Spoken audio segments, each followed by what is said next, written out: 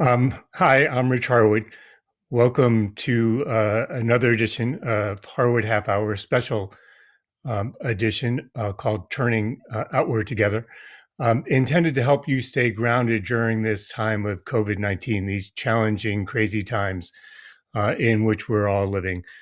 Today, as the pandemic continues, as so many of us remain in our homes, as I am today, as uncertainty really seems to be increasing, not decreasing, and the world around us keeps changing. How should you be thinking about the role of your organization, the role of your group or entity in your community as you move forward and as you move through this crisis? So today, reimagining your role in community. Shoot me a message and let me know that you can hear me, see me, and all those things. And here's a question I'd love for you to think about as we spend the next 20 minutes or so together. How are you thinking about your role in community now as you move through this crisis? How are you thinking about your role in community now? If you're just joining us again, my name is Rich Harwood. This is a special edition of Harwood Half Hour called Turning Outward Together. Uh, our effort to help people, help you stay grounded in these challenging, crazy times of COVID-19. You know, we just launched another virtual lab yesterday. We had, I think, over 50 people sign up for it. 50 individuals it's the most diverse group we've had since we've launched these virtual labs from the most number of organizations, from the most biggest spread of places across the country. And it raises a question: why, in all of these crazy conditions, are people signing up for a virtual lab? Are they thinking about how they can turn outward? And I just wanted to begin today to share with you some of the comments that some of the attendees wrote in preparation for this lab that began yesterday. We had our first orientation session yesterday. Here's one person. This person wrote, "I'm hoping my participation in the lab will help me slow my inner motor. I'm hoping my participation in the lab will help me slow my inner motor." Another person wrote, "I'm hoping to learn better about how to turn outward during this time, as well as in the future, to be more oriented and outward facing to my community moving forward." This person then wrote, "I think my one word would be open, quote unquote, open." This person wants to remain open. So the first person said, "I want to slow my inner motor." The second person wrote, "I want to be more open." This is what a third person wrote. With this crushing pandemic we are in the midst of, the communities as we knew them will come out needing and wanting adaptability, change, and reassurance. So again, if the first person was slow my inner motor, and the second one is to be more open, and the third one is to learn how to be more adaptable, to change, to create reassurance, here's what a fourth person wrote. "I hope to inspire success in our community and help overcome the enormous obstacles that stand in our way." So here are all these innovators from all over the country, from all sorts of organizations, every kind that you can think of, who want to make sure that we come out of this pandemic stronger, better, more focused, more inclusive than when we went in.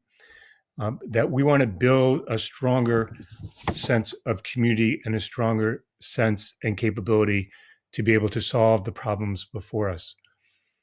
As you know, I don't need to tell you this or to remind you of this, but this pandemic is a major disruption. Its effects will be long lasting. It's not all of a sudden, as some political leaders would like us to believe, and others might suggest to us, that somehow we're going to flip the switch, all walk out of our homes, and everything will be back to quote unquote normal. And as I've been saying in these special editions of Harwood Half Hour, normal, quote unquote, for many people in our country was not such a great place to be. There were too many inequities, too many people were being left behind, too many people had grievances about what was happening in our country. Too many people felt that our politics, including me, feel that our politics were too polarized, divisive, and acrimonious. We don't want to go back to normal. we want to be better. We want to be stronger. We want to bring out the best in each of us and the best in all of us. And I think that's why so many public innovators, so many individuals from across the country signed up for this virtual lab. I think folks across the country are trying to figure out, they're wrestling with, struggling with, what does it mean to move forward, both today, and as one of those folks whose quotes I read said, in the future. How do we both move through today and into the future? And it seems to me that each of us have a choice. We face a fundamental choice about how we're going to use the time we're in right now. We can choose to step back. You can choose to step back, to retreat, to hunker down, to let events dictate to you everything around you and how you feel about everything. And I know these are tough times. I'm having tough times. There's some days that it's really hard to get going, but we face this fundamental choice. Will we step backwards and retreat and hunker down and let these times dictate to us what's going to happen now and in the future? Or will we choose to step forward? Will we choose to step forward and lean into the challenge and challenges that we face and work to figure out as best we can how and in what ways we need to move forward? It's a fundamental choice we each face. No one else controls it for us. We get to make it. We can step backwards and retreat, or we can step forward and lean in and use this time productively and in a positive way and in a constructive way to figure out what role our organization, our group, our entity should be playing moving forward. Even amid the great uncertainty, we can be sorting these things out. And I would argue, and I am arguing today, that we need to be using this time productively and constructively and positively to work through these questions and figure out what we need to do. Now, I believe this is going to take, as I've been saying, for each of us to reimagine our role in community. I just want to say a word about the notion of imagination.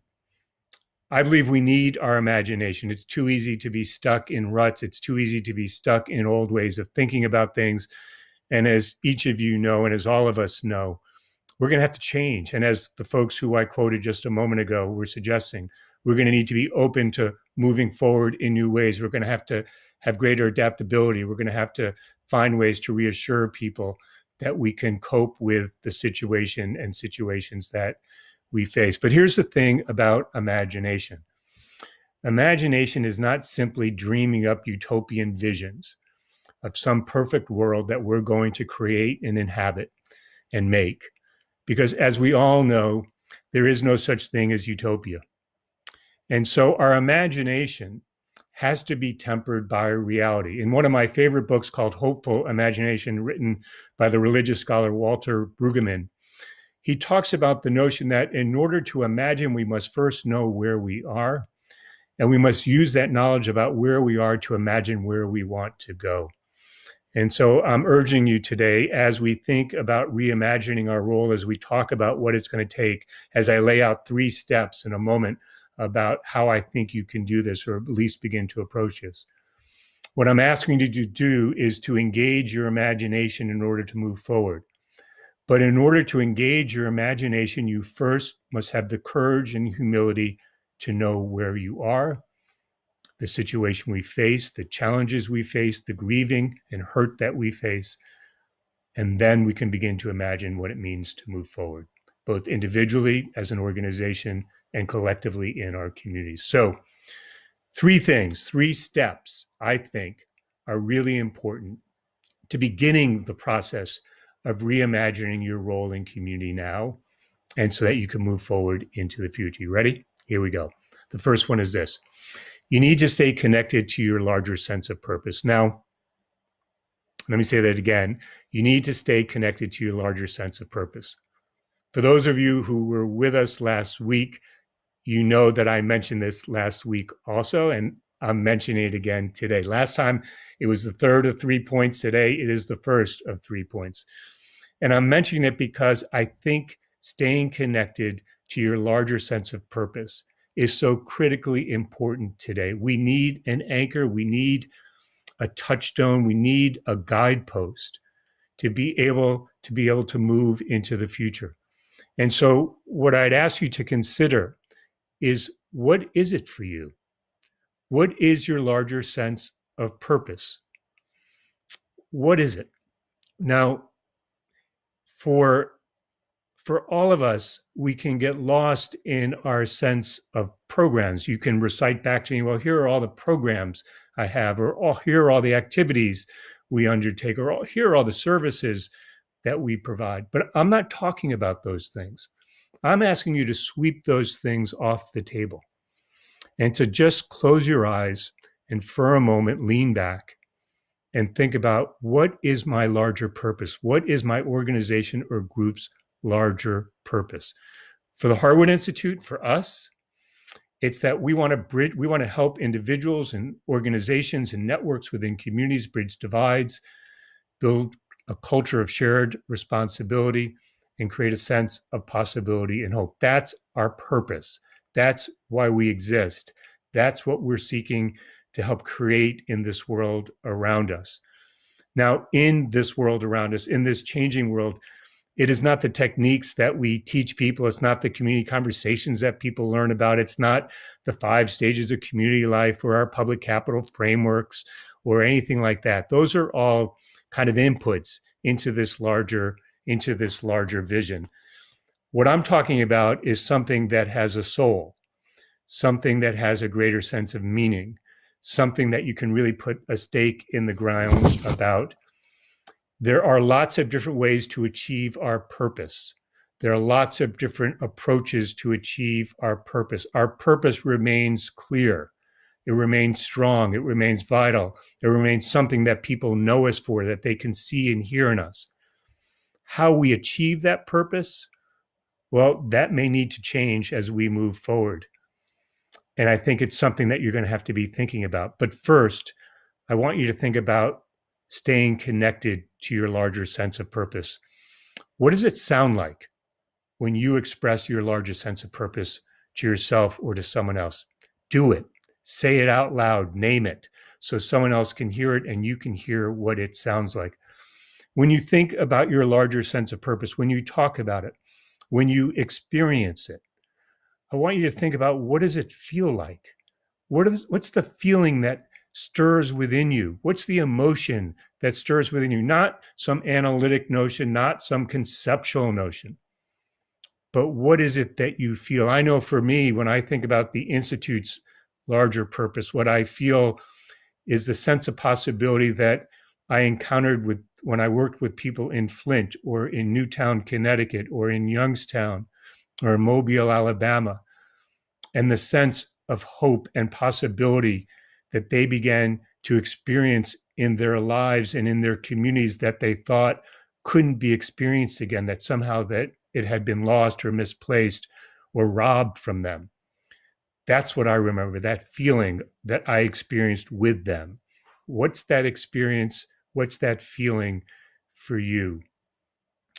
What do you hold to be valuable about this larger sense of purpose? What is it that you want to fight for? What is it that you would push for? What is it that you won't let someone push you over about? We need to know what this is, because when things get hard as they are today, when you try to move forward in these difficult times, we're going to get pushed around. We're going to get shoved around. There are going to be funders who want us to do certain things. There are going to be partners who want us to do certain things. There are going to be other folks, staff folks, our colleagues who want us to do certain things. What is it that you hold valuable about your sense of purpose that you want to stay attached to, that you don't want to give up on, that you don't want to give into when people push? Lastly, when you think about staying connected to this purpose, as I said last week, and I just want to reiterate again this week, write it down, put it on a piece of paper, answer these questions that I've been asking you. Make sure you know the answers. Make sure that they are part of you, that they come from you, and that you share them with others with whom you're working. Because these are the important things moving forward. Without this larger sense of purpose, we can't reimagine our role, because anything will look likely, anything will look attractive, anything will look potentially doable. But it's not anything we want to do. It's not anything you want to do. What you want to do is this purpose that motivates you, this purpose that brought you into this work, this purpose that brought you to the group or organization or entity that you're attached to. And so write it down. Make sure you got it. Make sure you're clear on it. Make sure you can articulate it. Make sure you know what it feels like when you experience it. Then you'll be ready to move to the second step. So if the first step is stay attached to your larger sense of purpose, the second step I want you to think about is you need to know what space you occupy in your community. Now, I know in the title of this session and up till now, I've continually talked about your role. It's true, I have. And I think role is actually not the word I want to use, but I thought it would be the easiest word for people to think about coming into this session.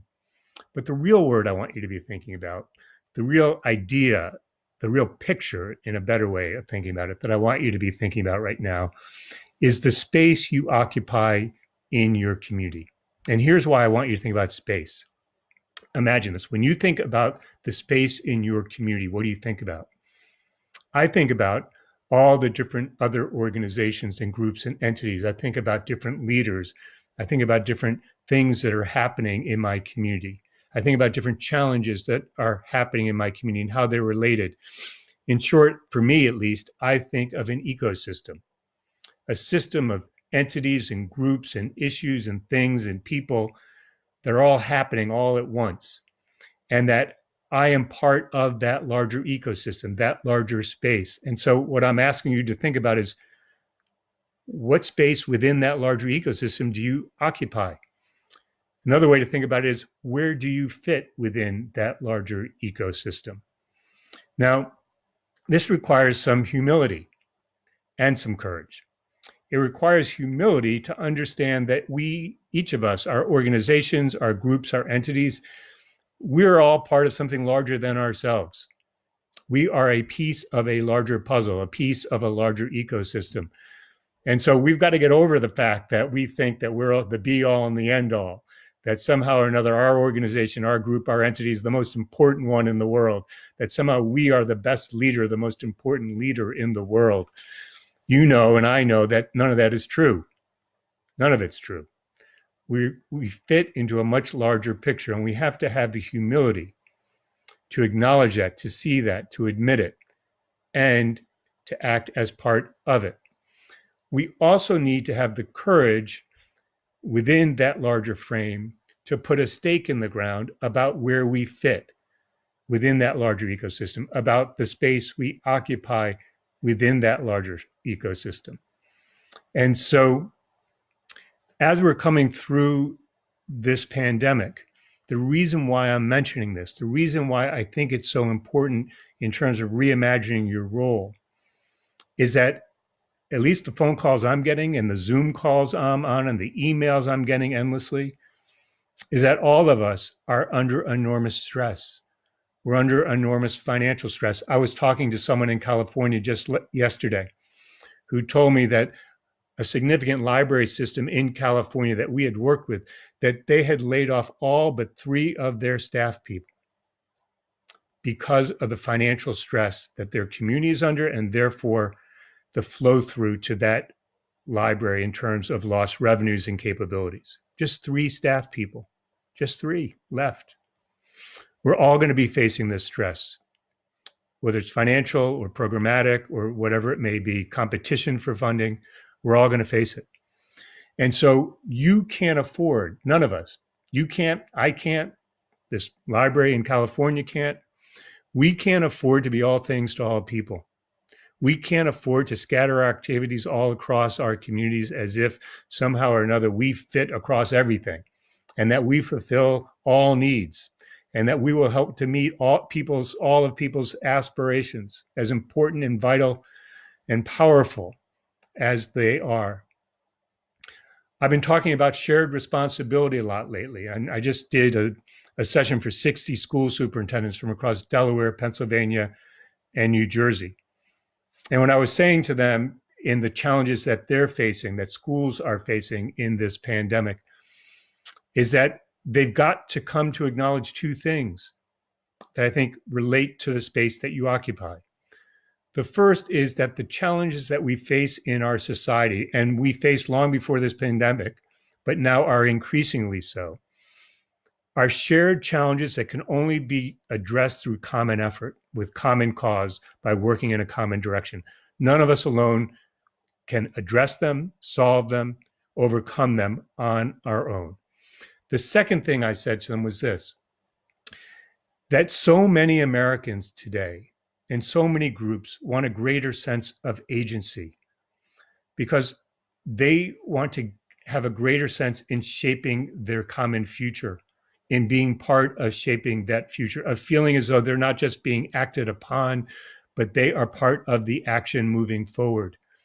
And that when we exercise our sense of agency, we gain a greater sense of possibility and some modicum of control over our future. And so, in order to be able to come together in common cause, to take shared responsibility with others, and to work with others to create a greater sense of agency with one another, we're going to need to figure out what space we occupy in our communities so that we can figure out where we fit with others, so that we can begin to figure out who we need to work with and in what ways. And when we do this, we can better define and better see how we can move forward together. So if the first step is we need to stay connected to our larger sense of purpose. And if the second step is we need to know what space we occupy in our communities. The third one is this. You need to be ruthlessly strategic. You need to be ruthlessly strategic. There's an adage about organizations that I hear a lot of groups talk to me about, that a lot of groups are concerned about when they come to work with the Institute. And they say, I feel as though people see our efforts as nice in the community, but not necessary. They don't see us as being essential. And there are so many groups like this library in California that I suspect there are so many groups that you work with, for those of you who are listening today, whose work is essential, but that many people in your community may not know it. They may not see it. It may not be visible. And then there are other groups whose work is nice, but is not necessarily necessary. It may not be essential. And so here's the point I want to make. In order to be effective in times like this, in order to reimagine your role in times like this, you're going to have to make choices, really hard choices.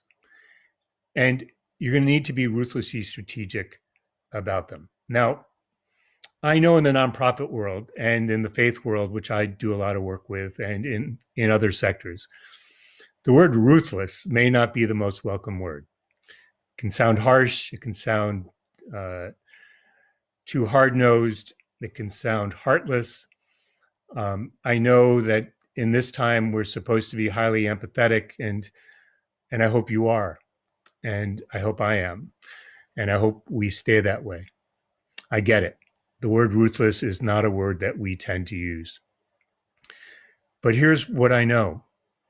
There are a lot of things that are going to hurt us and undermine our efforts when we move forward if we don't become ruthlessly strategic in reimagining our roles moving forward. Some of them are already mentioned. We can't be all things to all people. That was true before this pandemic. It's doubly true moving forward. You can't. We can't just scatter our activities all across the community and hope that somehow they add up to something meaningful. They won't, and they don't. They never did.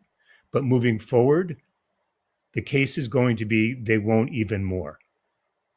And you can't afford to scatter your activities that way. You won't have the resources, you won't have the people, You won't have the capabilities to do it. We can't endlessly focus on inputs as if somehow, if we just have enough inputs, enough process, that somehow or another they will add up to impact. What people want to know is whether or not when we come back out, we can regenerate our economies, we can regenerate our communities, we can regenerate our lives. Simply having inputs and going through the motions is not going to cut it. It's not going to do it. It's not going to be enough. It will create a false sense of hope. It will create deeper sense of frustration among Americans. And ultimately, it will create a sense, a growing sense, a deepening sense of cynicism. And it will lead to people pointing fingers more and more and casting aspersions more and more about why we're failing at our efforts. And they're going to try to find out who's to blame and who they can point fingers at. And so I think we have this choice to make. Do we want to step backwards and retreat and hunker down?